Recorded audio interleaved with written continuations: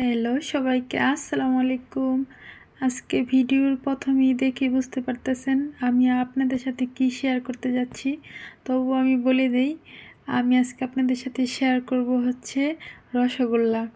আর এটা আমি এই প্রথমেই বানাইতেছি, আর ভাবলাম আপনাদের সাথে একটু শেয়ার করি কেমন হয়। আমি ফেসবুকে দেখলাম একটা আপু এইভাবে মিষ্টি বানাইছে, তাই আমারও অনেক লোভনীয় লাগছিল, তাই আমি চলে আসলাম বানানোর জন্য। আর এখানে আমি ফুল ক্রিম মিল্ক নিছি। ফুল ক্রিম মিল্ক ছাড়া ছানা ভালো হবে না। আমি একটা পাত্র গরম করে তারপর এটার মধ্যে দুধ ঢেলে দিলাম।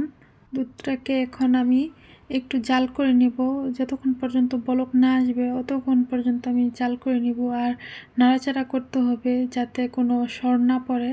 আর আমি ওই আপু দেখছিলাম যে এখানে টক দই দিয়ে ছানা বানায়, কিন্তু আমি কখনো টক দই দিয়ে ছানা বানাই নাই, সেজন্য আমিও 1 কাপ টক দই নিয়ে নিলাম। তারপরে আমি টক দইটাকে ফেটে ভালো করে দুধের মধ্যে দিয়ে দিতেছি অল্প অল্প করে। ভিডিওতে ওই আপুটা এইভাবেই দেখাচ্ছিল, আমি ওই অনুযায়ী দিতেছি। কিন্তু গাইজ, দুঃখের বিষয় হচ্ছে আমার দুধ একদমই ছানা হচ্ছিল না, অল্প অল্প জমে যাচ্ছিল কিন্তু ছানা হয় নাই। ভিডিওতে দেখছিলাম যে ওই আপুর একদম কি সুন্দর করে ছানা হয়ে গেছে। আমার কাছে ভিনেগারও ছিল না, পরে আমি এক টুকরো লেবু রস চেপে দিয়েছি। তারপরে দেখেন এখানে মাশাআল্লাহ অনেক সুন্দর ছানা হয়ে গেছে ছানাটা। তারপরে আমি একটু নেড়ে চেড়ে দেখতেছি যে পারফেক্টভাবে হয়েছে কিনা। দেখেন একদম পারফেক্ট। তারপর আমি এটা ছেঁকে নিয়েছি একটা সুতি কাপড়ে, আধা ঘন্টার মতো রেস্টে দিয়েছিলাম। তারপর একটা বাটির মধ্যে নিয়েছি। এখন এই ডোটাকে ভালো করে মথে নিতে হবে, যেন গুটি গুটি ছানা যেন না থাকে, তাহলে মিষ্টি সুন্দর হবে না। একদম স্মুথলিভাবে মথে নিতে হবে। আমি 10 মিনিট টাইম নিয়ে ভালো করে আস্তে আস্তে করে মথে নিছি। আমি এইখানে অল্প একটু এলাচ দিয়েছি, এলাচের বিচি গুঁড়ো করে দিয়েছি যাতে একটু ভালো ফ্লেভার হয়। আপনাদের পছন্দ অনুযায়ী আপনারাও দিতে পারেন। এখন আমার ডোটা রেডি। এখন আমি মিষ্টি বানিয়ে নিছি। এখানে 1 কেজি দুধের 11টার মতো মিষ্টি হয়েছে। আপনারা যদি এই ডোটা ভালো করে মথে না নেন তাহলে মিষ্টি সিরাপ দেওয়ার সাথে সাথে ফেটে যাবে, তারপর হচ্ছে সফটও হবে না।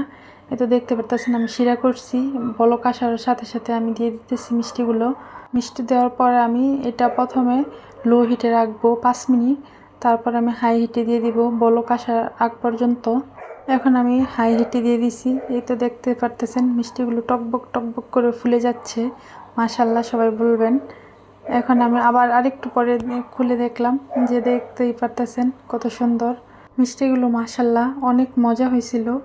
আর আমার ভিডিওটাকে কোথা থেকে দেখতেছেন সবাই লাইক কমেন্ট করে দিবেন। আর আমার পেজটাকে যে ফলো করেন নাই প্লিজ ফলো করে দিবেন। আর এমন নিত্য নতুন ভিডিও পেতে আমার পেজের সাথেই থাকবেন। এই তো আমি 2টা মিষ্টি গরম গরম নিয়ে নিলাম আপনাদেরকে কেটে দেখানোর জন্য। দেখে বুঝতে পারতেছেন কতটা সফট আর ভিতরে কতটা রসালো। সেই হয়েছে, অসাধারণ। এখনই আমার জিভে জল এসে পড়ছে। এই পর্যন্ত আজকের মতো, আল্লাহ হাফেজ।